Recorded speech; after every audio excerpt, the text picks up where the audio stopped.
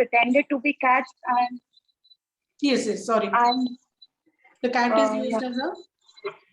I think the cat is also used as a symbol where the workers pretended to be cats and they howled at their top of the terrace just to imitate them that the cat are possessed, and they tried to like disturb the bourgeoisie class.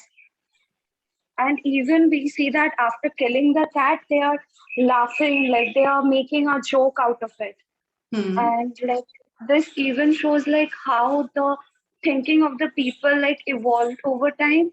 Earlier, like torturing the animal, which was like considered as a fun and a humorous thing, but like now, which is, I think now it's very it's a very repulsive thing. So I think this incident shows the relationship between the lower class and the bourgeoisie. Absolutely. Delighted to hear you speak, Snigdha, first, and delighted to know that you have read it and you have thought about it, and you are absolutely going in the direction that probably the author intended to take us to. So thank you, Snigdha, so much for that. Anyone else who has read the text and they want to offer something about the, or any other also, and any other chapter also? Yes, Jayesh. Ma'am, I read this chapter only, and I do not have a separate opinion or so, except what Danton himself has said about it. Like at the end of the Contat story, he's saying that how it's, as Snigdha said, the word repulsive, how we found it repulsive now, but it was a joke back then among those artisans, right? So like he's saying that by getting this joke, maybe there's a teeny tiny possibility like we'll be able to grasp the how their mentality worked, and the fact that they had immense fun from killing the cats who had a better position or who were in a better condition than them, to the bourgeoisie, their masters. So like they could not do anything against their masters, because that they would otherwise they would lose everything. So by killing cats, that was like they are actually indirectly revolting or protesting against them, because this is, we are talking about the ancien regime, just before the French Revolution. So yeah, so that mentality has started changing or growing, maybe not directly but in a different and in a metaphorical way. Like like the cats were the soft corners for the masters, and they tried to kill that and have fun and make fun about it. Like it's kind of sadistic but very much justifiable from their point of view. Yeah. Thank you, Jayashree. Yes. Anything else? Kshitij, you want to say perhaps? Dipti, Vishal? Ma'am, I would only like to add one point. Like, like we are seeing that the cats were killed and it was very repulsive. Like, indeed, it is very repulsive. But there was this one point that I really found fascinating. It said that to get the joke of the cat massacre, uh, uh, it is like wait, ma'am, let me find it. Yeah. To get the joke of the cat massacre, it is a step to getting the culture. Like, so we have to first understand that during the 1700s, it was very like normal for the people to torture cats, because cat was seen as a symbol of witchcraft and witchcraft and devil. So yeah, that's one of my points. Like, we have to understand their culture. Yes. So this two points that I gained from all of you speaking here. Anyone else wants to speak? First of all, yeah. Ma'am, I have one point to Yes. add. I'm not sure, but I think this is what I got from the text that Contat wrote. So at the very first paragraph, Danton is saying talking about two other characters, two other people other than Contat. One is Jerome and one is Leveille. And this Jerome, who haven't exactly done anything in the later incidents that took place, but I think but he took all the fun, and I think that works as Kontat's alter ego. Like maybe he is a bit afraid of what is happening and how to react to that, and Jerome is kind of living the actual thing that how he wants to live. Maybe, I'm not sure about it. Yeah, thank you so much. Yeah, so many different perspectives coming in, and I'm really, really happy that you are thinking from various different, points of view. Somebody is approaching the same text from this literary mental analysis kind of a perspective. Somebody's looking at it from the perspective that probably the author intended, that is the history of as if the underbelly of a society. Also talking about in English we call it ancient regime, but ancien regime, the pre-French Revolution period. Absolutely a delight that all these points are coming from it. Thank you so much. Three major points that I could extrapolate from your contributions. One is that the last one, of course, comes first in as I speak. Jayashree, you are talking of an alter ego. That is something, a text as a kind of a cathartic, medium, something that the author probably doesn't want to convey as if these are his or her emotions, but they are showing these emotions from a different, from the angle of a different character within the text. One. Secondly, you are talking of what I would like to call as subversive powers of a text, subversive powers of an action which are documented in a text. So these poor little workers, they really can't go against their masters. They can't do anything against they can't harm the interests of the masters or the master's wife, who treats them absolutely as if they are doormats or vermin. So they are devising different ways in which to subvert their authority, and these ways of subversion are getting documented in this text. So history or historical texts or narratives as means to voice subversion. Subverting, what is subverting? What is subversion? To crush the power of the authority. Go against, fight against, stand your ground, so to speak, and then to kind of overthrow what any injustice that is being doled out to you. So the second point was about subversion, and the third one, of course, from our historical approach sense of the term, and that was the point raised by Snigdha. Snigdha, could you just repeat your point, please, in your own words? Yes, ma'am. The killing of the cats, which symbolize their freedom and the revolt against the oppressors. Thank you. Yes, the symbolism of it all, which kind of is the essence of microhistories.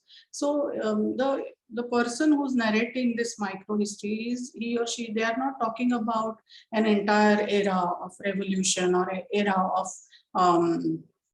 of oppression of the labor classes, so on and so forth. They are speaking of a very, very small incident which eventually becomes a kind of a ritual, and it gets kind of it becomes a part of the popular culture to repeat it as it were, as if it's a ritual. Every time they feel like having a little bit of fun, they will do the same ritual over and over and over again, and they'll start enjoying it as if it's a joke. So this small little event becoming a repetitive kind of a ritual, and then it's becoming a kind of a symbol for subversion. That is also an extremely important point that I thought it came from you. So thank you for reading the text and for your commentary and for thinking about the text as well. That's what we these are various different ways in which we can approach history, micro history being one of them, food history another, family histories and memory histories we have discussed. Maybe for memory histories, I'll share an article that I have written about the Koregaon Bhima Memorial, and it's thankfully translated in Marathi as well. So maybe we can have a better discussion the way last time we had with Is This Plate Not Indian? Both medium students can read and discuss the article. I'll share it on your WhatsApp today. Okay, moving on from the unit number 1 to unit number 2, we need to discuss what are the various different approaches that were that were kind of imbibed when people started looking at history, not just as a narration, but as an exercise in historical science, and what are the various influences that this whole exercise of documenting and recreating and then narrating to an audience events that might have happened in the past. How did this whole exercise become a science, and what were the influences, what were the various different stances that historians took in the early modern period, not early modern, in the modern period, really speaking. And these are the 4 names: colonial approach, nationalist approach, then the Cambridge approach, and the Marxist approach. They are not exactly chronologically arranged here, because in fact they are not, because they can't be chronologically arranged. They are all intertwined very deeply with each other, and hence there's no specific chronology as such. But still, suffice it to remember that these are the 4 early approaches that we'll be discussing today, and then we'll move on to the later approaches in tomorrow's lecture. The early approaches, when I say these are early approaches, what I mean is that these are approaches that are by and large practiced while writing history as far as the 19th century and the early 20th century are concerned. Not to say that in the 21st century nationalist history writing is not done anymore. It is very much done in the 21st century also. Cambridge way of writing, approach of looking at history, very much in practice today. But the professional field of history writing, the mainstream of the people who are respected as historians, what are the kinds of approaches that they are practicing today? These are different approaches, and they come under the unit number 3, that is the later approaches in historical sciences. So essentially the first 4 subtopics in unit, the 4 subtopics in unit number 2, these were in vogue, in fashion. They were highly accepted by scholars in mainstream history writing as far as the 19th century and the early 20th century is concerned. Again, underlining the fact that these have not exactly gone out of fashion, or these have not really become extinct, so to speak, but still they are not as popular as they once were. What can you think of when, in terms of an example, when I say colonial way of or approach of writing history? Somebody is writing history in a nationalist fashion, or somebody is writing history which matches with the Cambridge school of history writing. And what does one think when we say that somebody is writing history through the lens of using the approach which is called as Marxist approach? I'll just give you the characteristic features, and then we can discuss the specific cases in detail. When one says that there is colonial approach in history writing of somebody, what is meant is that this person is somebody who is justifying, not in so many words, but justifying by and large the fact that colonialism has happened in many parts of the world. So if somebody says that I have written the history of such and such period, and the period shows that such and such area or region or people were, they were all very nice people, well versed in whatever arts, sciences, so on and so forth. But these people lacked the rigor, they lacked the martiality in their race, and hence they were easily conquered by such and such other power, which was simply more powerful, which simply had the prowess, which simply was enterprising enough, you know, the Star Trek kind of ideas of prowess. That is, you go and conquer. So if a historian is writing history with this kind of a narrative, that X region was very nice and cultured and prosperous and all of that, but it wasn't martial enough. It didn't have the killing spirit in it enough, and therefore it fell prey to another power which simply was militarily superior, or it simply was more efficient at administration. Then there is a deep sense of justification of colonialism in that history writing, and such shades of history writing are broadly termed as colonial history writing. This colonial kind of history writing need not have happened in the colonial period. So only if a history is written before 1947 in case of India, only then we can call it colonial history. It's not like that.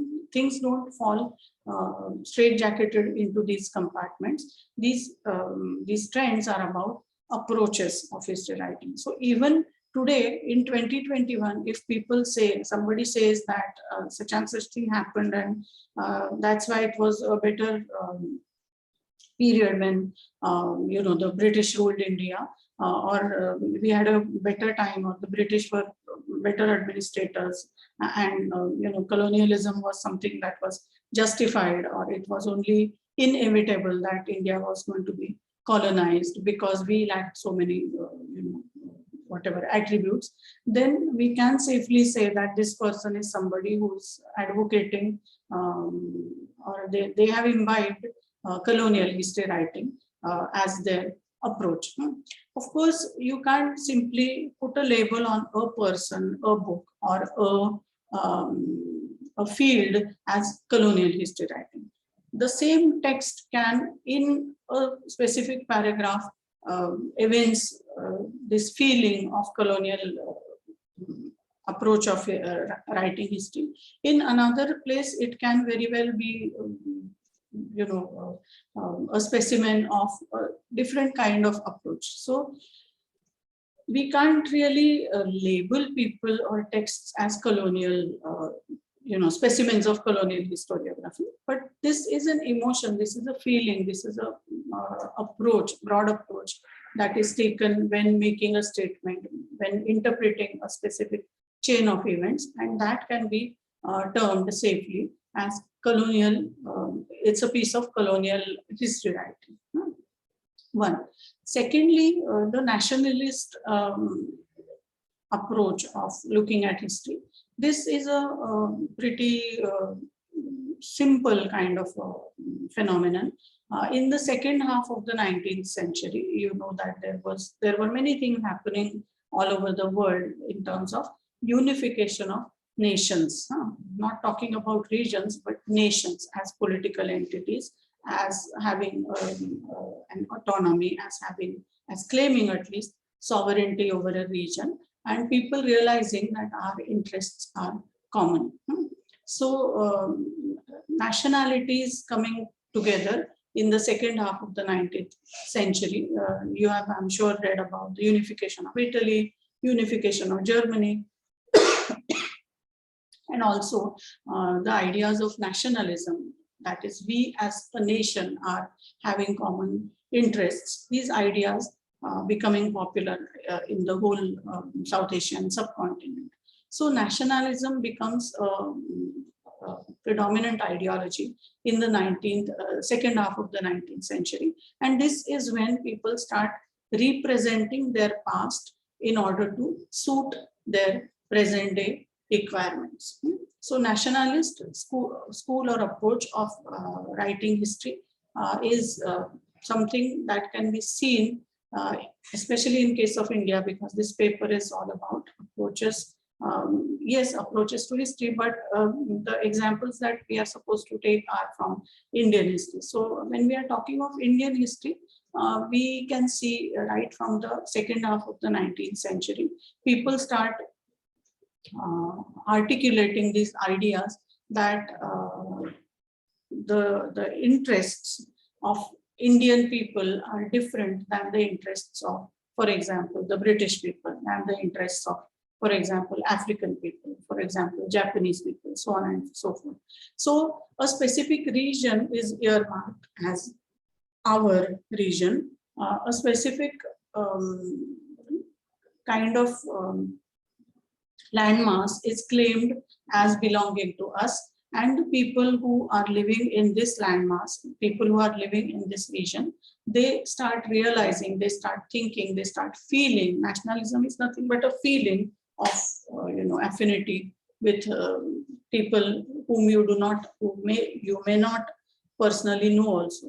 So I know nothing about somebody who's living in, let's say, Andhra Pradesh or in Arunachal Pradesh or in Rajasthan, but I know that if Indian person, some Indian sportsman wins a medal in the Olympics, then this person in Andhra Pradesh, Arunachal Pradesh, Rajasthan, Kashmir, all of them will be happy because we have common interests. So nationalism is a feeling, and nationalist history writing is something which is deeply not entrenched, but which is deeply influenced by this ideology of nationalism. Now, when I said colonial approach of history writing and nationalist approach of history writing, obviously colonial approach would it means that this approach justifies one nation or one region or one kind of people exerting power, authority, sovereignty over another region. And nationalist approach goes exactly in a different direction, wherein nationalist history writing, or the approach of looking at nationalist approach of looking at history through the lens of nationalism. This is where people start articulating that people of a specific region have common interests, and hence their histories, their culture, their language, their way of living, all these things, they have something in common, and therefore their history needs to be represented, articulated, reconstructed in a manner which is acceptable to them. So nationalist history writing is something which is based on this emotion of nation as an imagined community. We are a community. We imagine ourselves to have common interests, and therefore our history needs to be written from our perspective, not from the perspective of somebody who has vanquished us, not from the perspective of somebody who is completely unrelated to us, or not from the perspective of somebody who has been a traditional enemy. Our history should be written by us. That is the us, as not as a caste, as a community, but as a nation, a slightly larger pond, if you like. But all the same, this is not something which nationalism is not something which is very congruent with the ideas of humanism, because humanism recognizes humanity of every single person throughout the universe, really speaking. And nationalism goes a step down and says, okay, I recognize the rights, the interests, the duties, but that is only as far as this little compound of a nation is concerned. And the nationalist approach of history writing is also in this way slightly constricting, restricting, in the sense that it will not say that, okay, this is something that is recognizable as a humanitarian, as a as a human action, but this is something that is justified as belonging to somebody's nation. If something happens in my nation, if something is done in the interests of my nation, and even if it is going against the interests of some other human community, I will find this justifiable because this is my nation. Slightly restricting and constricting kind of an ideology. But all the same, nationalist approach of history writing is something which gives primacy to your nation, its stories, its cultures, its languages over other people's nations, cultures, languages, so on and so forth. This, of course, goes against ideologically and practically also against the colonial approach of writing history, because colonial approach kind of justifies one nation or one people exerting their authority over sovereignty over another set of people, and nationalism and nationalist approach of writing history talks of sovereignty, autonomy, all these things. So they don't go together. They go, in fact, in opposition with each other many a times. The third approach that theoretically speaking we may discuss is called as the Cambridge School of History Writing, and the fourth one is the Marxist School of History Writing. But I am looking at the watch and clock, and I can see that we have already reached 11:50, so the Marathi medium students will be waiting. When we come back around 12:20, I want you to think of examples of colonial history writing, think of examples of nationalist history writing, any books, any little paragraphs that you have read from any writers, authors, historians, wherein you can see this feeling of colonial history writing getting evinced, it is getting articulated in those lines. I want you to think and talk about them when we come back around 12:20. Okay, I'll stop here for the English medium and move on to the Marathi medium class for now. If that is okay, that is any questions from the English medium students for now? Two approaches we've discussed: colonialist and nationalist, or colonial and nationalist.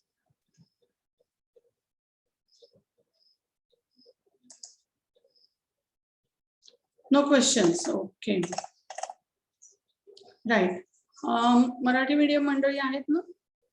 Revanna, Deepti, Krishna आहे दोन्हीकडे, क्षितिज, राहुल, सागर, स्निग्धा, सुवर्णा, Vaishali, Yogesh. Okay. Right. जागे आहात का Marathi medium? हो madam. Good good good. Thank you. Okay. आता प्रश्न असा आहे की गेल्या वेळेला वैशाली पण हो म्हणते. थँक्यू वैशाली. प्रश्न असा आहे की गेल्या वेळेला मी तुम्हाला विचारलं होतं, म्हणजे तुमच्या ग्रुपवरती एक टेक्स्ट टाकलेलं होतं, त्याचं मराठी नव्हतं हे मला मान्य आहे, पण ते टेक्स्ट पाहिलं का तरी तुम्ही? वाचलत का? व्हॉट्सअप ग्रुपवरती द ग्रेट कॅट मॅसेकर, किंवा पुस्तकाचं नाव काय? ग्रेट कॅट मॅसेकरच आहे मला वाटतं पुस्तकाचं नाव. काय सागर? ज्यावेळेस सेमिस्टर चालू झालं त्यावेळेस टाकलं होतं का? नाही, आता गेल्या आठवड्यात माझं लेक्चर झालं. तुमच्या व्हॉट्सअपच्या ग्रुपवरती, आपल्या MA फर्स्ट इयरच्या ग्रुपवरती. इंग्लिश मीडियमच्या मुलांनी ते वाचलेलं आहे.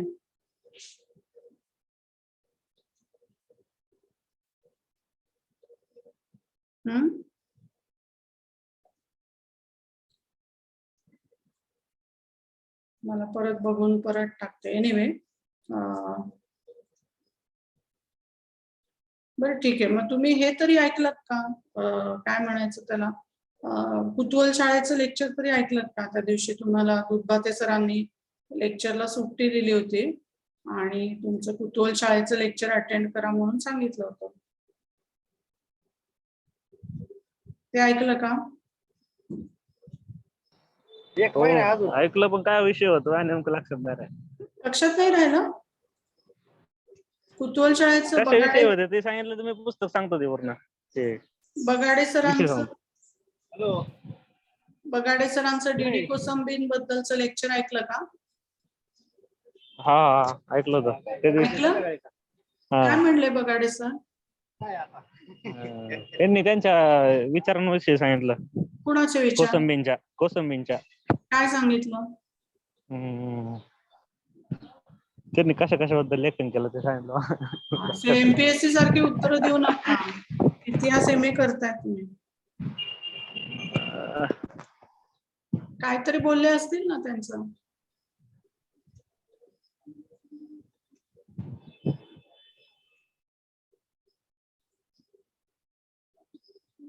बर, काल हे फॅकल्टी स्पीकचं स्वाती आचार्य मॅडमच्या लेक्चरचं मी तुम्हाला हे टाकलं होतं, लिंक दिली होती. ती वाचली का? ती पाहिली का लिंक? हो. ती पाहिली. काय म्हणले आचार्य मॅडम?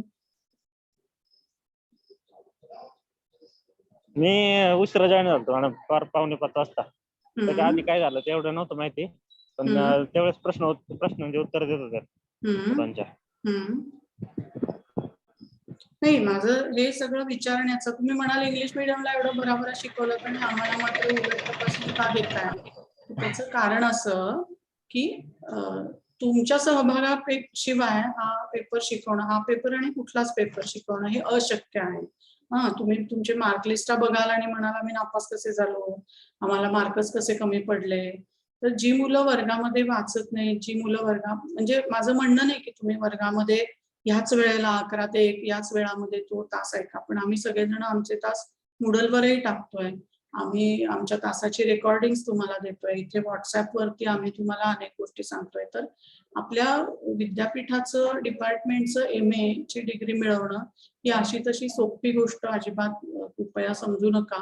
तुम्ही स्वतःहून जर वाचत राहिला नाही तर तुमचे मार्कांवरती ते रिफ्लेक्ट होणार. आणि ते मग तुम्हाला असं वाटेल की अरे आम्ही 2 वर्ष कसं काय इथं MA ला ऍडमिशन घेतली आणि आता मात्र आम्हाला मार्क कसे नाही. तर ऍडमिशन घेणं आणि पास होणं या दोन खूप लांब एकमेकांपासून दूर दूर असलेल्या गोष्टी आहेत आणि मध्ये तुम्हाला बरेच हातपाय मारणं हे अत्यंत गरजेचं आहे. तुमच्या पहिल्या सेमिस्टरचा रिझल्ट आणि मार्कशीट्स आता आलेले असतील, ते बघितलं की तुमच्या लक्षात येईल की आपण म्हणजे तुम्ही जेवढा प्रयत्न कराल, जेवढं वर्गामध्ये बोलाल, जेवढं ठीक आहे, वर्गामध्ये बोलण्याच्या बद्दल माझं काही म्हणणं नाही की सगळ्यांना त्याच वेळेला लेक्चर अटेंड करता येत नाही, पण जेवढं तुम्ही व्हॉट्सअपच्या माध्यमामधून आमच्याशी एंगेज राहाल तेवढं तुम्ही या विषयामध्ये प्रगती करू शकाल. आणि नाही तर मग एकदम C ग्रेड मध्ये पास होण्याला खरोखरीच काही महत्व राहणार नाही, नसतंच आहे महत्व. कारण की आता कोरोनाच्या काळामध्ये तुम्हाला माहिती आहे की खूप जणांना खूप मार्क सहजगत्या मिळून जातात, पण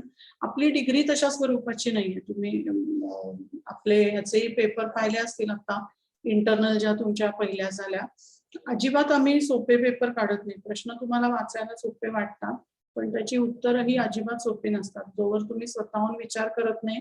आणि ते विचार कसे करणार? नुसतंच मी त्या ट्युटोरियलच्या वेळेला बसलो, 45 मिनिटं विचार केला आणि मग 45 मिनिटं उत्तर दिलं, असं होत नाही. विचारासाठी तुमची मनाची मशागत, जसं डीडी कोसंबे म्हणतात तसं ती मनाची मशागत तुम्हाला सतत करत राहायला पाहिजे. तुम्ही वाचत राहिला तर ते शक्य होईल. नाही तर मार्क बघून मग एकदम तुम्हाला फ्रस्ट्रेशन येईल की अरे आपल्याला एवढे कमी मार्क कसे. कृपया कृपया कृपया या ग्रुपवरती तुम्हाला जी टेक्स्ट आम्ही शेअर करतो, इंग्लिश असलं तरी असू दे, BA पर्यंत तुम्ही मुलांनी एक पेपर शिकलेला आहे, नाहीये का शिकलेला सांगा मला? एक पेपर BA पर्यंत कंपल्सरी इंग्लिशचा होता ना? हो. त्यामुळे इंग्लिश पुस्तक असेल. बरं, तुम्हाला तेही मी गेल्याच वेळेला दिलेलं आहे की गुगल ट्रान्सलेट नावाची अतिशय उत्तम सेवा आपल्याला उपलब्ध आहे.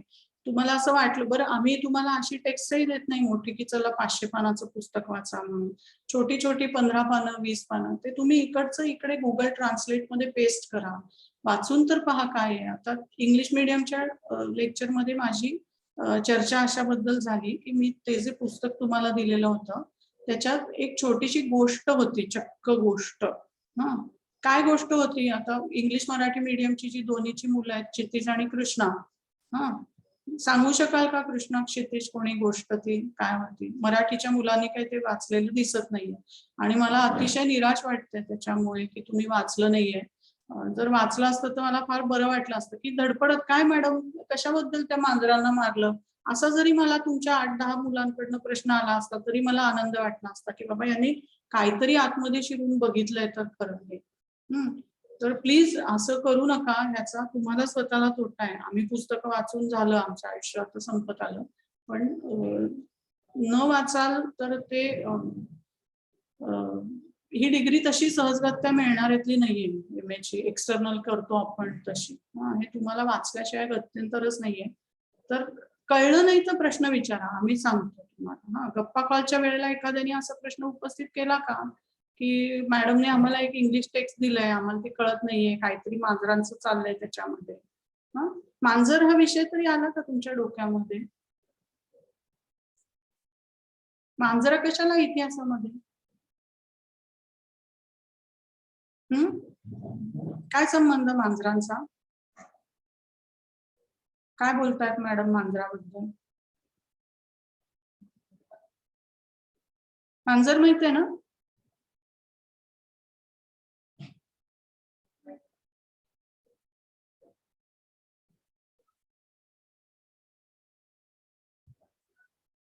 ते जे पुस्तक तुम्हाला शेअर केलं होतं आणि त्याचा दुसरा चॅप्टर वाचा असं सांगितलं होतं, त्याच्यामध्ये अशी गोष्ट आहे की जी मी आता कृष्णा आणि क्षितिज जर असतील ऑनलाईन किंवा दुसरं कोणी ज्यांनी वाचलंय तर त्यांना सांगायला सांगते. आहात का कोणी कृष्णा क्षितिज online?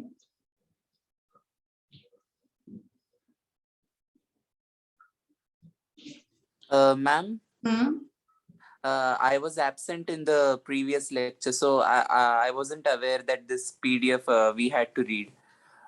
But definitely I will look up today itself into it.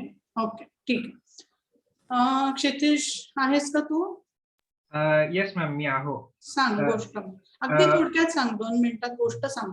Ma'am माझी मराठीमध्ये मला सांग, म्हणजे कोणती पण लँग्वेज सांगणं मला थोडं कठीणच जाते. तर मी प्रश्न विचारते त्याची उत्तरं देशील? मी प्रश्न विचारते त्याची उत्तरं देशील एकेका शब्दात, वाक्यात? हा मॅम, प्रयत्न करू शकतो मी. म्हणजे मी स्टोरी पण सांगू शकतो, फक्त ते एक्सप्लेनिंग मला कठीण जाते. एक्सप्लेन नको करू, फक्त गोष्ट सांग, कारण मुलांनी वाचली नाही ना. अच्छा, त्याच्यामुळे. तर ही कहाणी अशी आहे की 3 अप्रेंटाइज राहतात, म्हणजे 3 जे अप्रेंटाइजला कामगार 3 कामगार राहतात. एक त्यांचं मास्टर राहते, त्यांच्या मास्टरची मिस्ट्रेस, मालक, आणि त्यांची मालकीन राहते. तर हे जे कामगार लोक राहतात त्यांचं जे जीवन आहे ते फार कठीण राहते. त्यांचे म्हणजे जे मास्टर आणि मिस्ट्रेस जे राहतात ते त्यांना बरोबर ट्रीट नाही करत, तर ते खूप फार त्यांच्यानी म्हणजे असते निराश होऊन जातात. मग थांबा, मला थोडं कठीणच जातात. हे बघ क्षितिज, मी प्रश्न विचारते, तू त्याचं उत्तर दे. ओके, ठीक आहे मॅम. हा, चालेल. कशा, म्हणजे ही गोष्ट कुठल्या देशामध्ये घडली आहे सांग? ही फ्रान्समध्ये. ओके, कुठल्या शतकात घडली आहे? 1700. 1700 कितीतरी, म्हणजे 18व्या शतकामध्ये. फ्रेंच राज्यक्रांती झाली 1789 मध्ये, म्हणजे फ्रेंच राज्यक्रांतीच्या अगोदरच्या काळामध्ये फ्रान्समध्ये घडलेली गोष्ट आहे. गोष्टीचं नाव काय सांग? मॅम ते यायचं आपल्या नॉवेलचं, the great cat massacre and other stories. Cat massacre, massacre म्हणजे काय? मॅसेकर म्हणजे जेव्हा खूप म्हणजे असं हे होते, हत्या वगैरे, खूप जणांना मारलेलं असतं एकदम, म्हणजे मॅसेकर. इतक्या मांजरांना मारलं गेलं. ग्रेट कॅट मॅसेकर म्हणण्यासारखं खूप मांजरांना ठार मारलं गेलं, त्याच्याबद्दलची गोष्ट आहे. आता कोणी मारलं सांग? मांजरांना कोणी मारलं? ते कामगार लोकांनी. कशामध्ये काम करणारे लोक होते ते? कसला धंदा होता? ते प्रिंटिंग शॉपचा धंदा होता त्यांचा. प्रिंटिंग, म्हणजे प्रिंटिंग प्रेस मध्ये काम करणारे जे कामगार लोक होते त्यांनी खूप मांजरांना ठार मारलं. मांजरं कुणाची होती? मांजरी ते एका म्हणजे ते एरियामध्ये मांजर खूप होते आणि एक त्यांच्यातून फेवरेट होती लागरीस नावाची मांजर, जी मालकींची फेवरेट मांजर होती. हा म्हणजे कामगारांनी मालक आणि मालकिणीच्या मांजरांना आणि इतर पण तिथे भटकणाऱ्या गावठी मांजरांना ठार मारलं, त्याची गोष्ट आहे. आता त्यांना मारायचं जे होतं ते मांजरांना मारायचं होतं की ती प्रतिकात्मक कृती होती, त्याच्यामधनं त्यांना दुसरंच काहीतरी करायचं होतं? मॅम वापस तुमचा आवाज कटला. हा, मी म्हणलं की त्यांना मांजरांवरती राग का काढला, मांजरांनी त्यांचा काय गुन्हा केला होता? मांजरी जे होते ना ते रात्री खूप जास्त कल्ला करायचे, तर त्यांना झोप नाही यायची कामगार लोकांना. आणि त्यांना असं वाटायचं की मांजरींची लाईफ बडी आहे पण आम्हाला कोणी म्हणजे काही भाव देत नाही. तर त्यांनी त्यांचं एक प्रकारे रिव्हेंज घ्यायसाठी म्हणजे समजून गेलं ना मॅम मी काय म्हणतो. म्हणजे कामगारांच्या मनात अशी भावना निर्माण झाली की आमच्यापेक्षा या मांजरांचं आयुष्य उत्तम आहे आणि त्यामुळे त्यांनी आपल्या आयुष्यामधले जी नैराश्य होतं, त्यांच्या आयुष्यामध्ये जी हताशा त्यांना वाटत होती, त्याचा वचपा मांजरांवरती काढला. आणि ते मालकाला काही करू शकत नव्हते, त्याच्याऐवजी मालकाला हाणण्या मारण्याच्या ऐवजी किंवा मालकिणीला हाणण्या मारण्याच्या ऐवजी त्यांनी मालक मालकिणीची जी प्रिय लाडकी असणारी मांजरं होती त्या मांजरांना त्यांनी ठार मारलं. नुसतं ठार मारलं नाही, ठार मारल्यावरती त्यांची वरात काढली त्या मांजरांच्या, मेलेल्या मांजरींची, आणि मग ते हसत बसायचे ती मांजरं बघून. अशा अनेक गोष्टी ज्या आता आपल्याला क्रूर वाटतात अशा गोष्टी त्या कामगारांनी केल्या. आणि हे टेक्स्ट आहे, टेक्स्ट मोठं टेक्स्ट आहे, त्याच्यामध्ये मायक्रो हिस्ट्रीचा भाग म्हणून आपण या टेक्स्टचा अभ्यास करतो. सूक्ष्म इतिहास, की एखादी छोटीशी अशी घटना असते. थँक्यू क्षितिज. एखादी छोटीशी अशी घटना असते की ज्या घटनेमधून आपल्याला इतिहासाच्या एखाद्या मोठ्या संदर्भाचा, पटाचा अंदाज येऊ शकतो. की घडताना जसं आपण मराठीमध्ये ती कविता आहे की उचललेस तू मूठ मीठ मूठभर, उचललेस तू मीठ मूठभर, साम्राज्याचा खचला पाया. म्हणजे गांधीजींनी दांडी मार्चच्या वेळेला एक मुठभर फक्त मीठ उचललं, परंतु त्या भल्या मोठ्या ब्रिटिश साम्राज्याच्या पायाला, त्यांच्या सगळ्या आर्थिक शोषणाच्या पायावर जो तो साम्राज्याचा डोलारा उभा होता त्याला धक्का देणारी अशी ती कृती होती. छोट्या घटनेमुळे मोठ्या गोष्टींची त्याच्यामध्ये बीजा असतात असं सांगणारी. तसंही मांजरांचं जे हत्याकांड झालेलं होतं ते खरं तर एका मोठ्या फेनॉमिनन, मोठ्या एका घटनाक्रमाची त्याच्यामध्ये बीज होती असं ह्या लेखकाला दाखवून द्यायचं की दिसताना तो मांजरांच्या विरुद्ध केलेला असा हिंसाचार आहे, पण प्रत्यक्षात मात्र तो एका प्रिंटिंग प्रेस, छापखान्यामध्ये काम करणाऱ्या कामगारांचा त्याच्या मालकाच्या विरुद्धचा विद्रोह आहे आणि तो विद्रोह या मांजरांच्या हत्याकांडामधून दिसतो असं त्याला दाखवायचं. म्हणजे खरं तर तो वर्ग संघर्ष आहे, पण तो दिसताना मात्र सूक्ष्म अशी एखादी घटना आपण पाहिली मांजरांच्या हत्याकांडासारखी तर त्यामधनं हा मोठा संघर्ष आपल्याला दिसून येतो असं तो लेखक आपल्याला दाखवतो. तर हे तुम्हाला वाचायला अजिबात अवघड नव्हतं. हे तुम्ही वाचायला हवं. पुढच्या वेळेला येताना मी आज आता तुम्हाला दुसरं एक स्मृतींच्या इतिहासासंबंधीचं टेक्स्ट देईन, जे इंग्लिश पण आहे आणि मराठी पण आहे. मीच लिहिलेला जो पेपर आहे, कदाचित दुसरंही टेक्स्ट देईन वेळ विचार झाला तर. पुढच्या लेक्चरला वाचूनच यायचं आणि वर्गामध्ये बोलायचं ही तुम्हाला उत्तम मार्क मिळण्याची पहिली पायरी असेल. जे मुलं वाचणार नाही, ज्या मुलांना वर्गामध्ये पार्टिसिपेट करणार नाही, वर्गामध्ये म्हणजे इथे ऑनलाईन लेक्चरलाच पार्टिसिपेट केलं पाहिजे असं नाही, बोललंच पाहिजे असं नाही.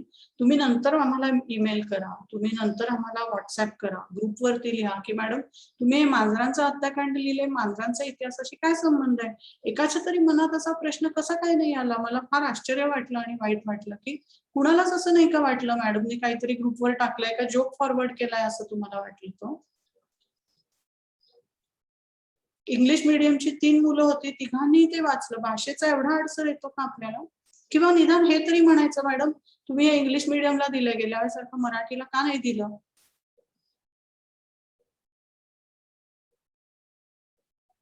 का नाही विचारलं कोणी?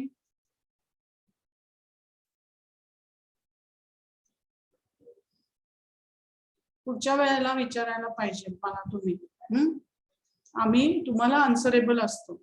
आमची जबाबदारी, उत्तरदायित्व हे तुमच्या प्रती आहे. आमचं जर का काही राहिलं, जर काही समजलं नाही, तर तुम्ही जोवर ते चेक करत नाही तोवर आम्हाला कसं काय फीडबॅक मिळणार कसा? हे माध्यम असं आहे आणि परिस्थिती अशी आहे की आपल्याला एकमेकांशी बोलतच राहिलं पाहिजे. हे अनेकदा आपण सांगितलेलं आहे. तो गप्पा कॉल आणि त्या सगळ्याचा इत्यर्थ काय आहे की तुम्ही इतिहास शिकून MA व्हावं ना पुढे. इतिहासाचे मास्टर्स तुम्ही जर झाला नाही तर त्या कशाला काही अर्थ नाही. ती डिग्री नुसती तुमच्याकडे एक कागद येईल सिगरेटचा, पण त्याला काही महत्व नाही. तुम्हाला इतिहासाचं विवेचन करण्याची क्षमता जी आहे ती फुलवणं हे आमचं काम आहे. ठिणगी आहे तुमच्यात, पण आम्ही फुंकर मारतोय, तुम्ही काहीतरी रिस्पॉन्स तर द्या त्याला. दुसरा महत्वाचा भाग म्हणजे, आणि ते बहुतेक देवकुमार सरांनी राहुल सरांनी तुमच्या गप्पा कॉलमध्ये बोलले असतील, रिसर्चचं कॉल फॉर प्रपोजल्स आलेलं आहे आपल्याकडे CSSSनी. अशी आतापर्यंतच्या एकाही बॅचला संधी नव्हती की 10,000 रुपयांचं बक्षीस तुम्हाला त्याच्यासाठी मिळणार आहे, जे मुलं उत्तम रिसर्च करतील अशा मुलांना. आणि 10,000 ही अजिबात कमी किंमत नाहीये. त्यामुळे जरूर तुम्ही त्याची प्रपोजल्स लिहा, शिक्षकांना कॉन्टॅक्ट करा, फोन करा, आम्हाला बंडावून सोडा. 2 वेळेला घेणार नाही, 3ऱ्या वेळेला तर फोन घेणारच ना आम्ही तुमचा.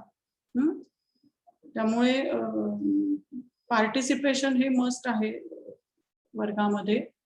पण एनिवे मी या विषयात बोलत राहिले तुमचा सगळा कंटेंट त्याच्यामध्येच वेळ संपून जाईल. हे जे 4 आपल्याला काय म्हणूया सब टॉपिक्स दिलेले होते पहिल्या युनिटमध्ये, त्यातला अन्नविषयक इतिहास, जे आता आपण मांजरांच्या हत्याकांडाचं उदाहरण बघितलं, तो सूक्ष्म इतिहास. 3रं फॅमिली हिस्ट्री, कुटुंबाचा वंश म्हणजे रेस अशा अर्थाने नव्हे, पण फॅमिली तुमची काय म्हणतो आपण त्याला, गोतावळा तुमचा, त्याचा इतिहास. आणि स्मृतींचा इतिहास. हे सगळे भारतीय इतिहासाची वेगवेगळी विचार विश्व आहेत, हे आपण पहिल्या युनिटमध्ये शिकलेलो आहे. दुसरं युनिट जे आहे त्याची सुरुवात आता आपण इथून पुढे करतोय. त्या युनिटमध्ये आपल्याला 4 सब युनिट्स दिलेली आहेत आणि त्यांची नावं अशी आहेत. पहिलं म्हणजे कलोनियल, वासाहतिक कालखंडामधलं साम्राज्यवादी सत्ता जेव्हा भारतामध्ये आणि इतरत्र जगामध्ये साम्राज्याचा काळ होता, त्या काळा म्हणजे साम्राज्यवादी दृष्टिकोनामधून केलेलं इतिहास लेखन. दुसरं म्हणजे राष्ट्रवादी दृष्टिकोनातून केलेलं इतिहास लेखन. 3रं केम्ब्रिज आणि 4थं मार्क्सिस्ट दृष्टिकोनामधून केलेलं इतिहास लेखन. तर यातले जे 2 पहिले आहेत साम्राज्यवादी इतिहास लेखन आणि राष्ट्रवादी इतिहास लेखन, तर याच्यामध्ये सरळ सरळ एकमेकांमध्ये विरोध असणं, एकमेकांमध्ये संघर्ष असणं हे अटळ आहे. कारण साम्राज्यवादी इतिहास लेखन म्हणजे काय, तर उदाहरणांबद्दल तर आपण बोलूच नंतरच्या लेक्चरमध्ये, पण त्याचा तात्विक पाया काय, तर साम्राज्याला बळकटी देणारं असं तत्वज्ञान निर्माण करणं हे या साम्राज्यवादी इतिहास लेखनाचं प्रमुख ध्येय उद्दिष्ट असतं. की अमुक अमुक प्रदेशावरती दुसऱ्या लोकांनी येऊन राज्य का केलं, तरी तिथली लोकच सत्वहीन होती, त्यांना लढण्याची शक्ती नव्हती, त्यांच्यामध्ये आपापसात खूप भांडणं होती, त्यांच्यात ऐक्याचा अभाव होता, त्यांच्यामध्ये गुण नव्हते नेतृत्वाचे इत्यादी. त्या एका विशिष्ट प्रदेशामधल्या लोकांनाच दोषी ठरवायचं आणि मग दुसऱ्या कुठल्या तरी सत्तेने येऊन त्यांच्यावरती राज्य केलं, हे योग्यच होतं. उलट येऊन फायदाच झाला त्यांना. या नवीन सत्ता आल्यामुळे तिथे रेल्वे आली, पोस्ट आलं, टेलिग्राफ आला, इत्यादी इत्यादी गोष्टी सुधारणेच्या सगळ्या सांगायच्या.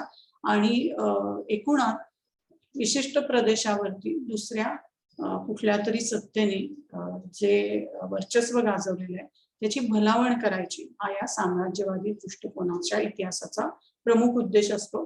त्याची उदाहरणं आपण म्हणजे तुम्हीच मला पुढच्या लेक्चरमध्ये सांगाल की साम्राज्यवादी इतिहास लेखन कोण लोक करत होते.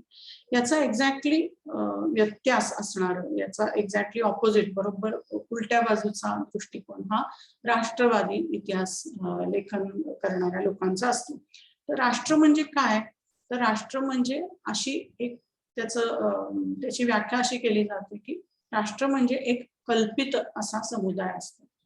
प्रत्यक्षामध्ये मी आणि आज एक मिझोराम मधला, अरुणाचल मधला, राजस्थान मधला, काश्मीर मधला माणूस व्यक्ती, मद्रास मधला किंवा कन्याकुमारी मधला व्यक्ती, गोव्यामधला व्यक्ती यांचा कधी संबंध येत असेल किंवा नसेल, पण त्या ऑलिम्पिकमध्ये किंवा पण त्या कुठल्या तरी क्रिकेटच्या मॅच मध्ये जेव्हा भारत देशाचा एखादा खेळाडू जिंकतो किंवा काही दुसरी नैसर्गिक आपत्ती येते, तेव्हा मी असा विचार करत नाही की जाऊ दे ना, पूर चिपळूणमध्ये आलाय, मला काय त्याचं, मी पुण्यामध्ये, जाऊ दे ना अरुणाचलमध्ये लँडस्लाइड झालं, मला काय त्याचं, जाऊ दे ना ती नॉर्थ ईस्ट मधल्या कुठल्या तरी प्रदेशामधली मुलगी आहे, तिला ऑलिम्पिकचं मेडल मिळालं, मला काय त्याचं. त्यांची सुख, त्यांची दुःख आणि माझी सुख, माझी दुःख, माझे हित, आपले सगळ्यांचे हितसंबंध हे एकच आहेत याची जेव्हा आपल्याला खात्री पटलेली असते, तेव्हा तो कल्पित असा समुदाय निर्माण झालेला आहे असं आपण म्हणतो. आणि या कल्पित समुदायाला राष्ट्र असं म्हटलं जातं.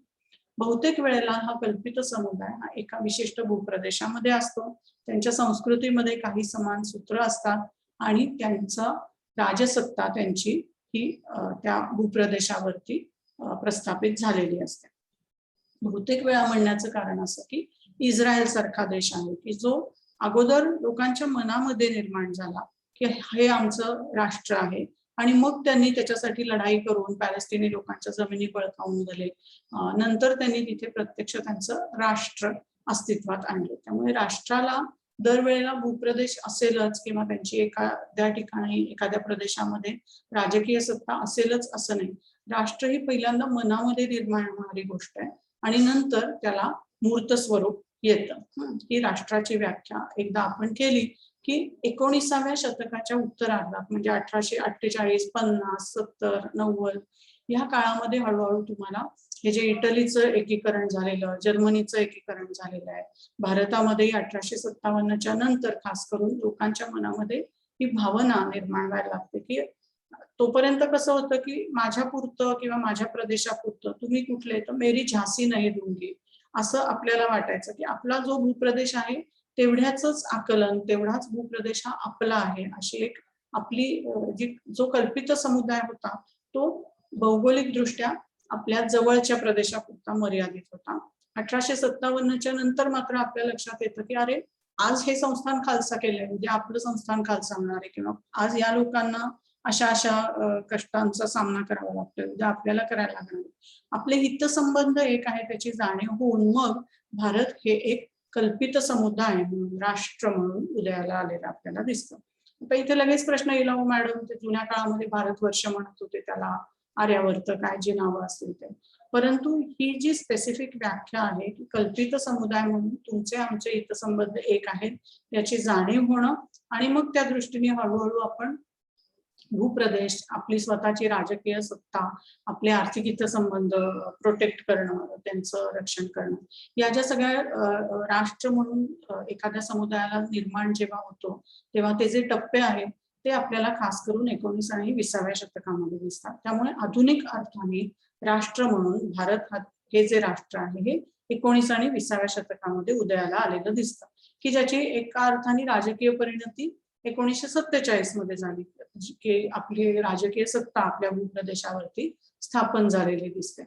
मुद्दा असा की ह्या राष्ट्राचं एक घटक म्हणून, युनिट म्हणून मानायचं आणि मग इथल्या हितसंबंधांना केंद्रस्थानी मानून आणि दुसऱ्यांच्या हितसंबंधांना त्या मानाने दुय्यम स्थान देऊन जो इतिहास लिहिला जातो त्याला म्हणायचं राष्ट्रवादी इतिहास लेखन, की माझं राष्ट्र हे अधिक महत्वाचं आहे आणि दुसऱ्यांची राष्ट्र ही त्याच्या तुलनेमध्ये माझ्यासाठी प्रिय नाहीत, माझ्यासाठी महत्वाची नाहीत, ती किंवा असतील तरी ती दुसरी आहे आणि हे माझं आहे. आपलं आणि दुसऱ्याचं हा आप-पर-भाव ज्यामुळे इतिहास लेखनामध्ये येतो ते राष्ट्रवादी इतिहास लेखन.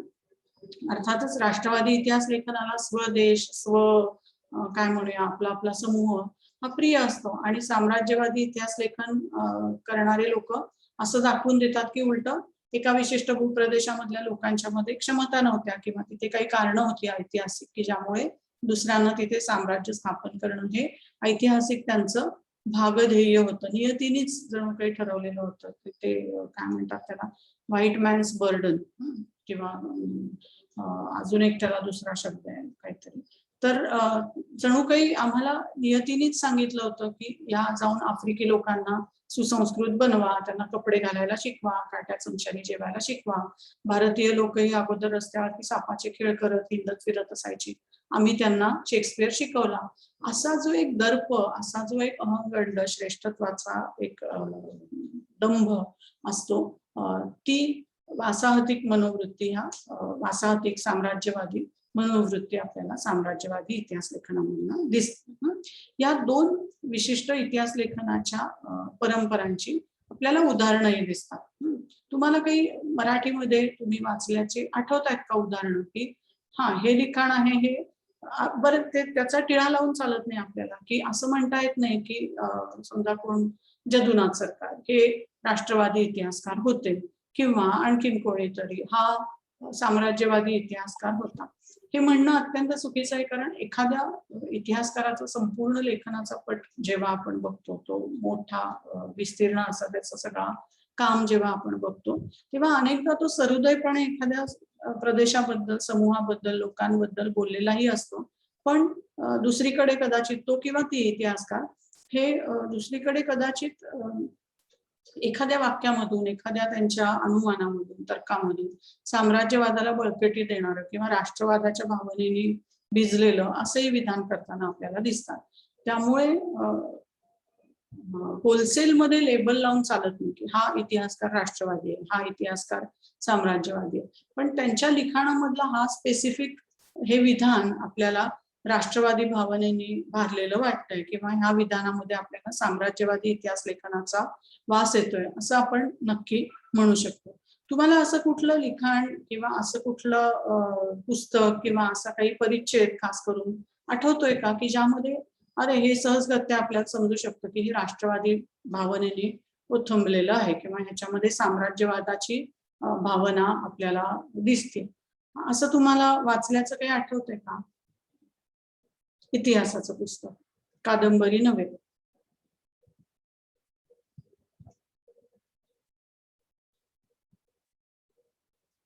राष्ट्रवादी भावनेने लिहिलेलं इतिहासाचं पुस्तक किंवा साम्राज्यवादाला बळकटी आणणारं इतिहासाचं पुस्तक.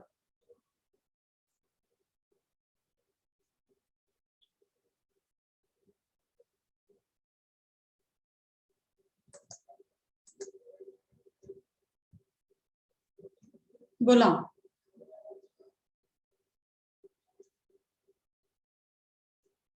एवढी मुलं आहे, कुठलं इतिहासाचं पुस्तक तुम्ही रिसेंटली वाचलंय? कादंबरी नाही, इतिहासाचं पुस्तक.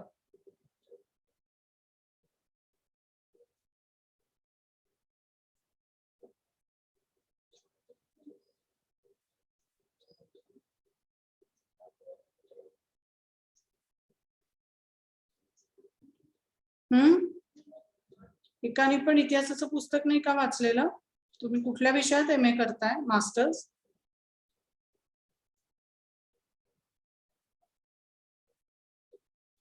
व्हॉट्सअप ग्रुप वरती तुम्हाला जी पुस्तकं शेअर केली आहेत त्यातलं एक तरी आठवतंय का तुम्हाला काही वाचलेलं?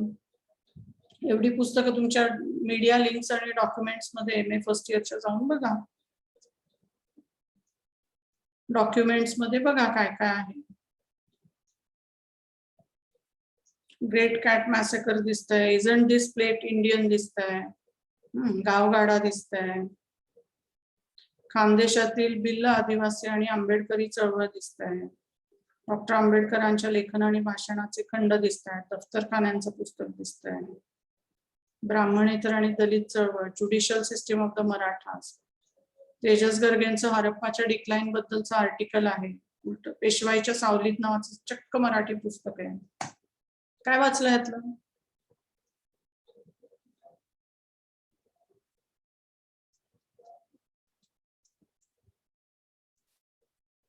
पुढच्या लेक्चरला मराठी मीडियम प्रत्येकाने एक पुस्तक वाचून यायचं उद्यापर्यंत.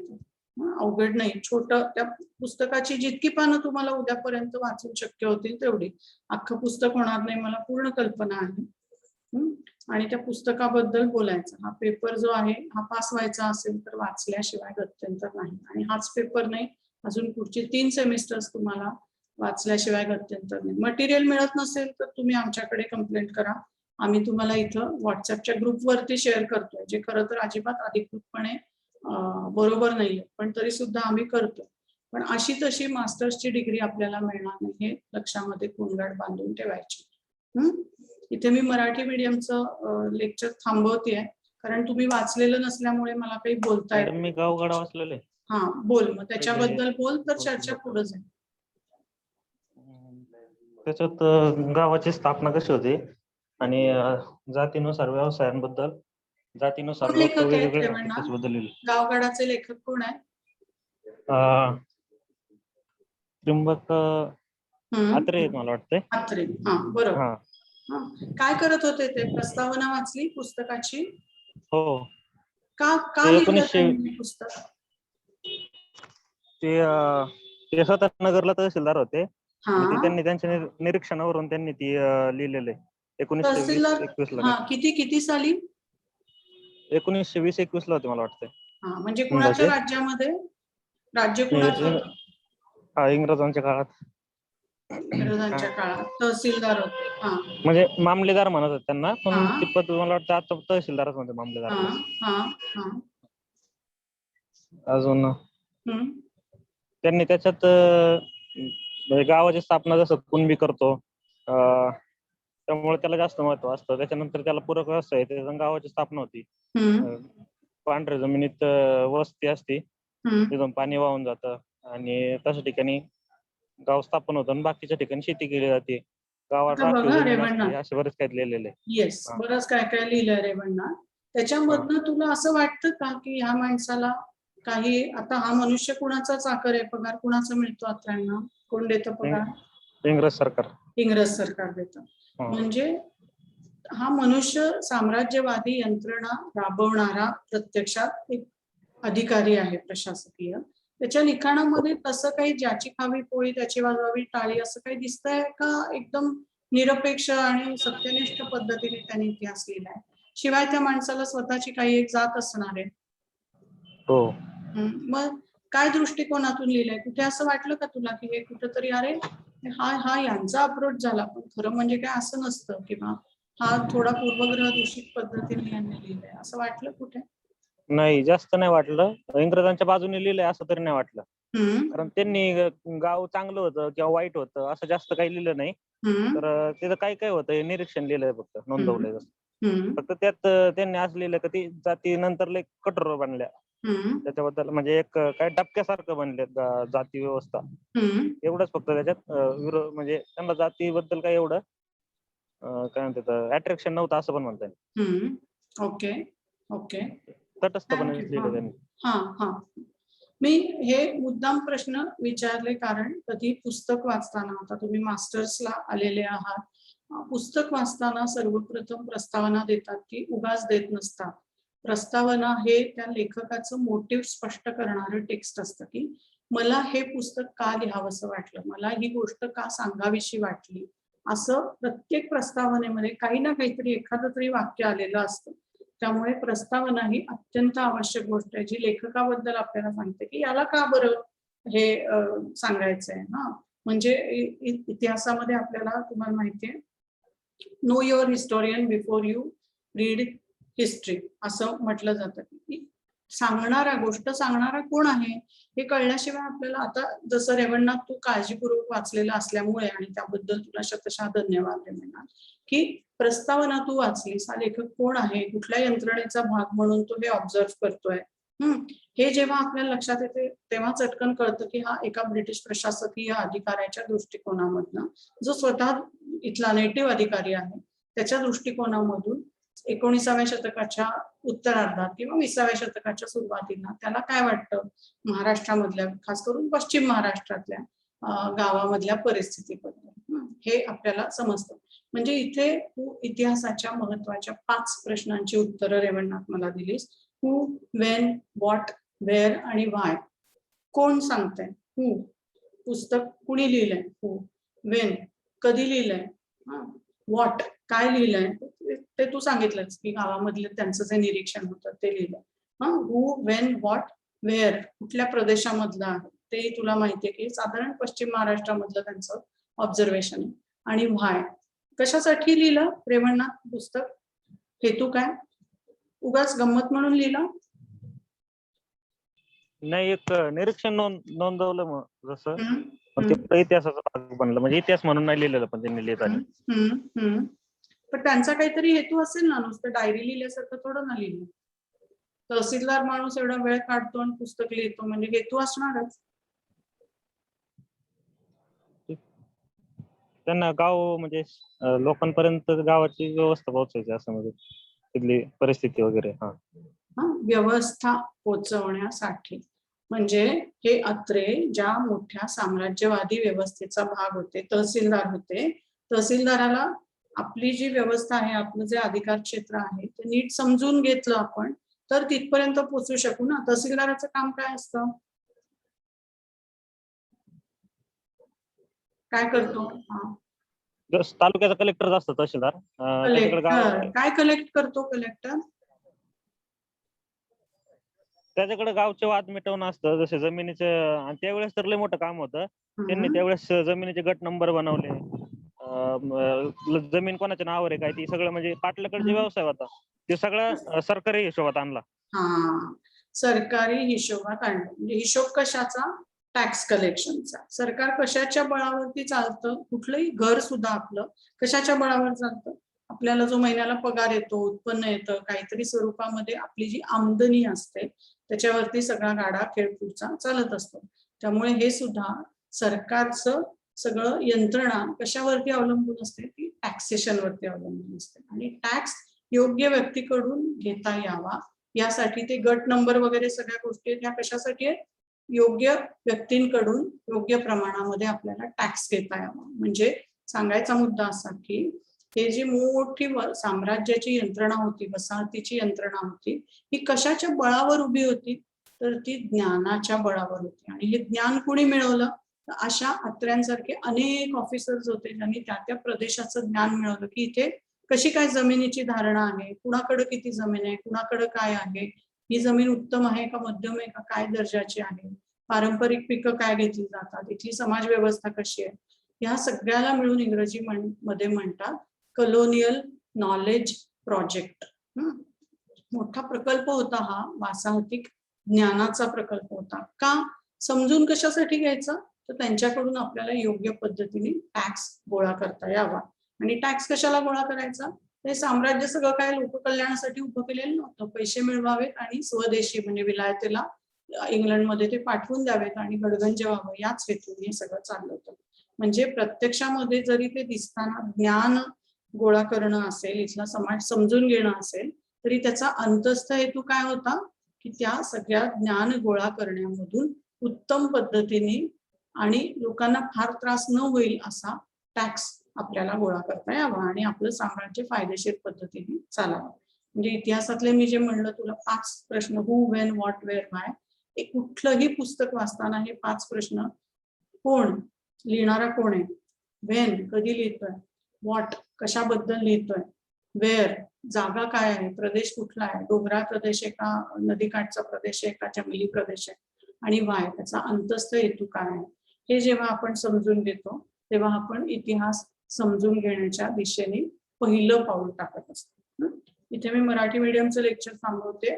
पुढच्या वेळेला पुस्तक वाचून यायचं आहे, कुठलंही पुस्तक वाचा इतिहासाचं आणि त्याच्याबद्दल तुम्हाला बोलणं आहे वर्गामध्ये.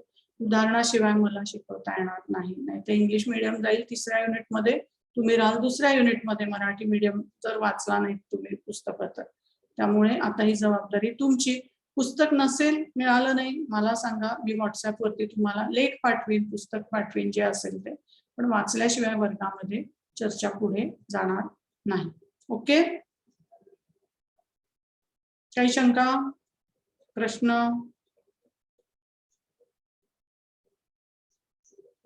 ओके, ऑलरेडी 12:30 झालेलेच आहे मला. ठीक आहे, तरी मी इंग्लिशमध्ये मी आता 3ऱ्या सब युनिट कडे वळणार आणि मराठी मीडियम मंडळींना उद्याच्या वर्गामध्ये चर्चेसाठी पुस्तक वाचून येणं आहे. Okay, shifting to English. You guys are around? Jayashree, Snigdha, Kshitij, Krishna? Yes ma'am. Vishal नाहीये पण तरी ठीक आहे. दीप्ती आहे का? दीप्ती गेली वाटतं. Okay, but Kshitij seems to be here. Okay. We discussed the colonial and the nationalist schools. That is the broad approaches. Now I want to ask you the question as to, can you think of any texts which can be seen as specimens of either colonialist or nationalist or both approaches of history writing? One, that is my first question to you. What are the texts that you can think of as specimens of these two approaches? Secondly, something I discussed in the Marathi class is the 5 questions that we ask of a text. Whenever we approach any text, we need to find answers to these 5 questions, and these are who, when, what, where, and why. Who, when, what, where, and why.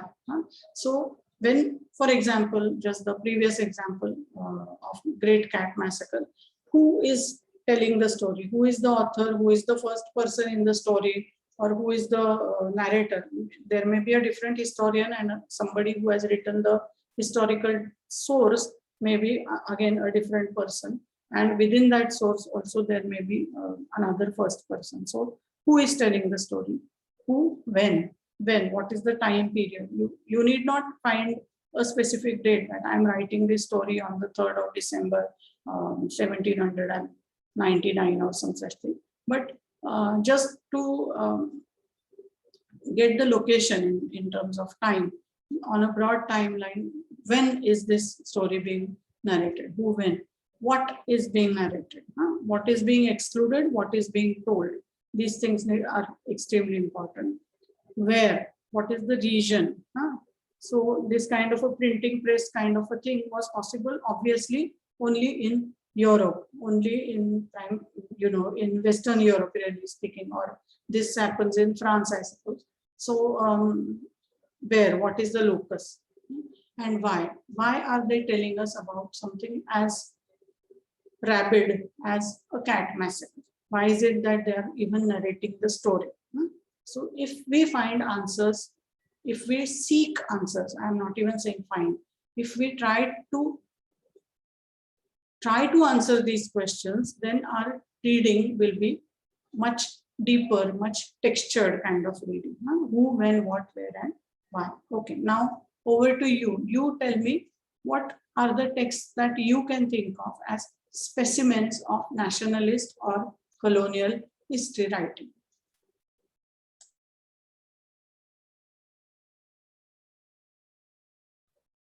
Ma'am, can I speak?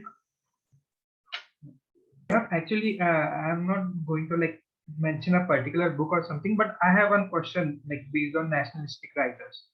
Is it alright if I ask it now, or should I ask it later? No, any time is good time for a question.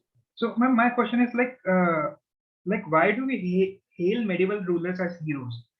When I was in graduation, when I read Bipin Chandra's Modern History during my graduation, there he mentioned that the nationalist writers took historical figures to fuel the sense of nationalism, okay, amidst the masses. Say, for example, Chhatrapati Shivaji, okay.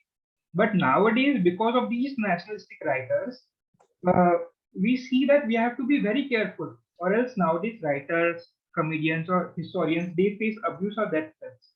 So my question is, do you think when the nationalistic writers hailed medieval rulers as an unquestionable entity to fuel the feelings of nationalism, do you think that these methods were justified? That's my question. Any answers from the students, fellow students? Kshitij, I think the nationalist term has its own nuances, because what we is the approach itself is very you can say mainstream, like that itself neglects, or you can say negates the approaches and the viewpoints of those marginalized. Like when we were reading that essay by Sumit Sarkar, he was talking about subaltern and how it's not actually it's not actually history from below, but narration of that of the people who are residing in that below part by the people from the top, like all the privileged and not the marginalized themselves. So the term nationalist itself is very nuanced and confusing, because it is actually not representing the entire nation as such. It is what is mainstream. So like if they are justifying someone as a just ruler or as the savior, you can say, so that definitely has its different interpretations and counter arguments and so on.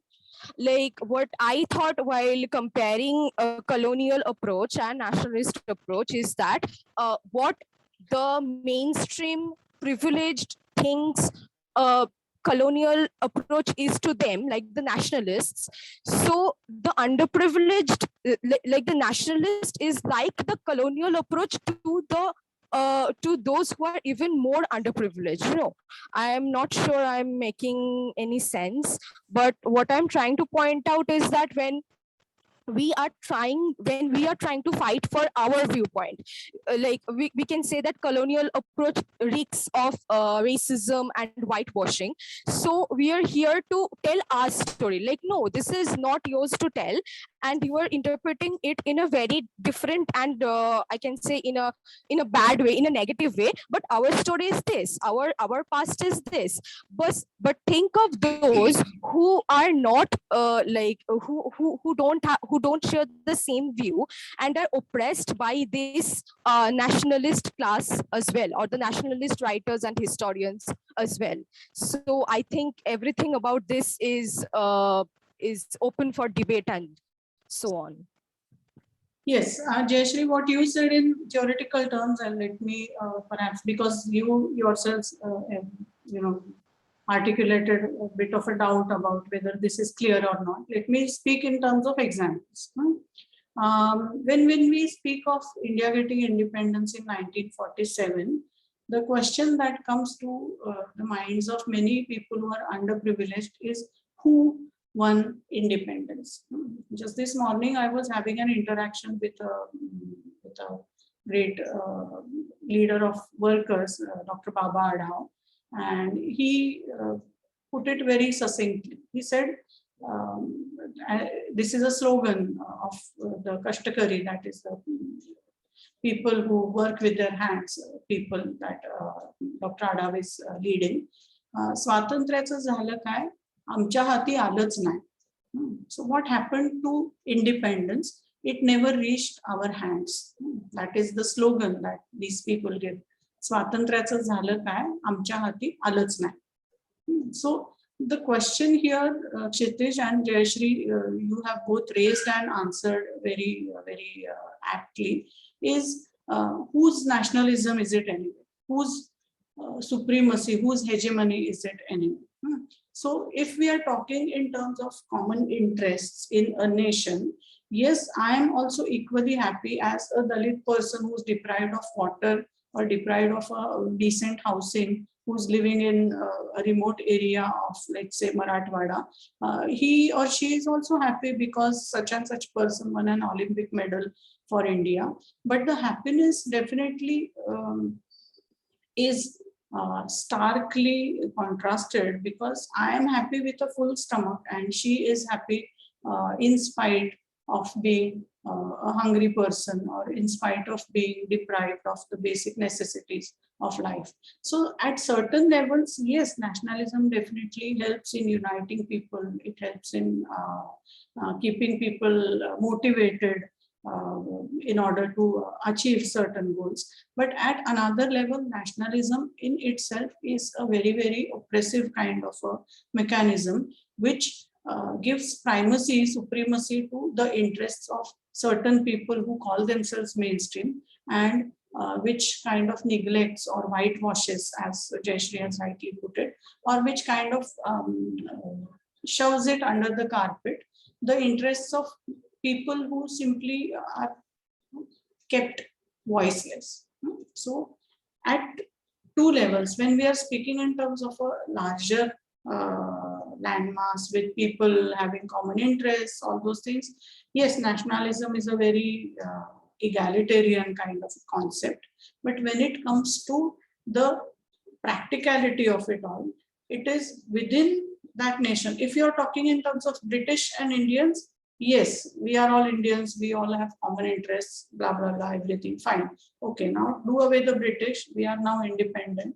Which Indians are getting the biggest chunk of this independence? And these are again the high caste, high class, educated, privileged, urbanized, so on and so forth, people from within this nation. So everybody is not getting an equal share of sovereignty, equal share of independence. Within those classes, there are always discrepancies, there are always major inequalities, and the effort should be, ideally, should be to equalize the field, the leveling of the field.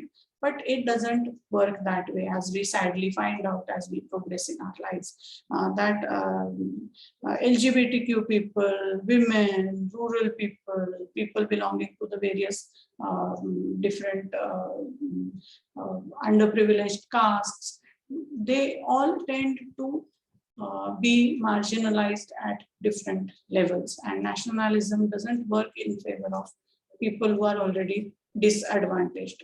Many a times we find that it's a discourse which kind of says, all of us have got these 100 pedas to eat, but you are standing 100 meters away from the box of pedas and I'm standing next to the box of pedas. I'm obviously going to gobble up as many as I can. And by the time you reach running with your empty stomach from all the way 100 meters from your place till the box of pedas, what will be left over will be left over. Otherwise, perhaps you may just be happy that we got 100 pedas, but it never reaches you for you to consume, for you to really use, be of any use for you. So yes, definitely those discrepancies are there.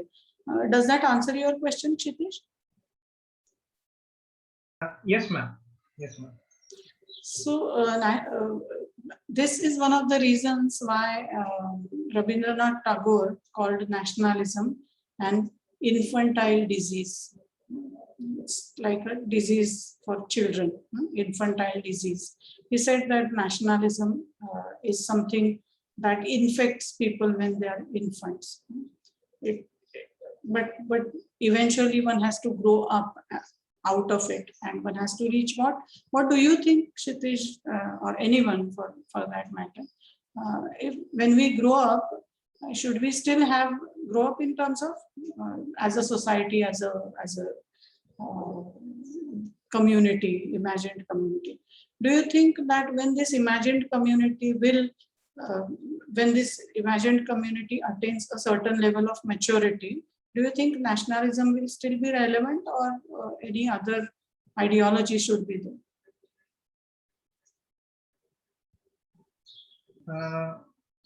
I don't think that nationalism will be that relevant. Have you heard this song of John Lennon, Imagine? Yeah. Imagine. So yeah, that's what I think will be. Yeah, will happen. Thank you for reminding me of a beautiful song. Yeah, so nothing to kill or die for, really speaking. That is his lines. And did I hit the right song, Kshitish? Or you were talking of a different? Yes, ma'am. Yes, ma'am. That's the song. Yeah. So if we grow up, if we become mature, as Rabindranath Tagore had indicated, then probably humanity will be something to aim for. And if we even grow further beyond that, then probably we will start thinking in terms of what Greta Thunberg talks of. As we are just human beings, only one species, and the whole Earth as a precious planet belongs to many different species.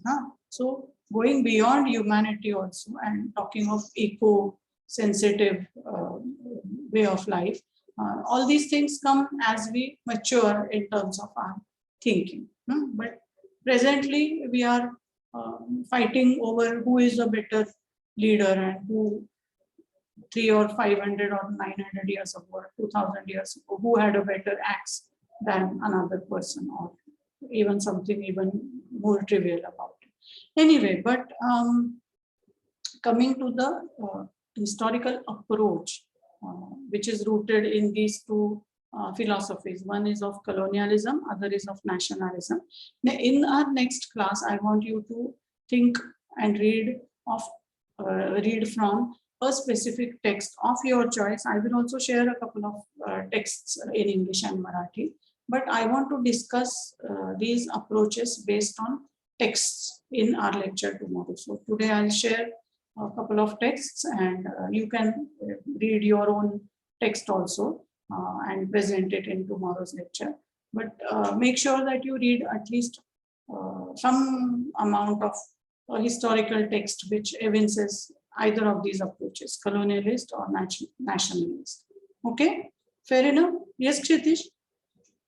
Ma'am, I have another question, if that's all right. Yeah, go ahead. Yes, ma'am. So, like at the start of the class, the second, you are saying that colonial history justifies its authority over other nations, right? So, my point is that I think this is somewhere correct. Okay, because of course the colonialist people exploited the nations that they governed. But don't you think by the end of the 19th century and since 20th century, the European countries were at war with each other, right? European countries what? European countries were at war with each other. Okay. So in order to survive wars, it was necessary for them to expand their nations, right? So if they would have not done that, some other country would have taken over, and somewhere because of all these wars, today we have and because of all the wars that we had in 20th century, today we have United Nations and other institutes that govern on an international level. So my point my point is, somewhere I feel that the colonial justification is right, but when I see this, I completely acknowledge the exploitations that they did on the colonized nations. So yeah, I think somewhere the colonial history, when they say that, when they justify their authority over other nations, somewhere I think it is true. It might be like I can change my opinion. So I just wanted to hear what you. Yeah, I think that it's criminal, first and foremost, to take away the fruits of another person's labor, and not just I think, but as a human being or as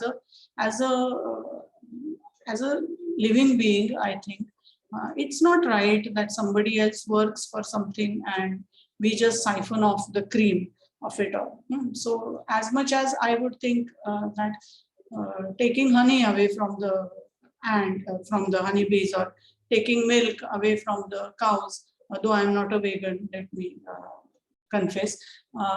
Similarly, somebody else works for something and we just take away the fruits of their labor without giving them proper compensation.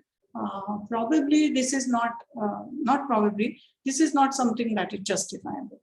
And the whole mechanism of colonialism is based on this premise that we will exploit a specific region, we will exploit a specific people, we will exploit a specific society, because our people in our nation are not able to produce such and such things. So colonialism has at its very core the idea of exploitation, and anything that is based on exploitation, in my opinion, cannot be meant for ultimate good of any society, neither for the exploiters nor for the exploited people. So in that philosophical sense, colonialism is, I can never say that there is anything good about it. Looking at it, yeah. Look, and I know that you are on the same page with me as far as that aspect is concerned. Coming to the practical aspect of it, and there, of course, one realizes that we would have been a different people had we not learned the English language, we would have been a different people had we not known about Shakespeare, all the cultural aspects of it all. We would have been a different nation, or perhaps nationalism wouldn't have risen also in India if there were no railways, no telegraphs, this imagined community kind of a sense. Where would it come if we didn't, if we were not able to communicate with each other? So definitely there is a utility in all these practical components which were introduced by the colonial authorities.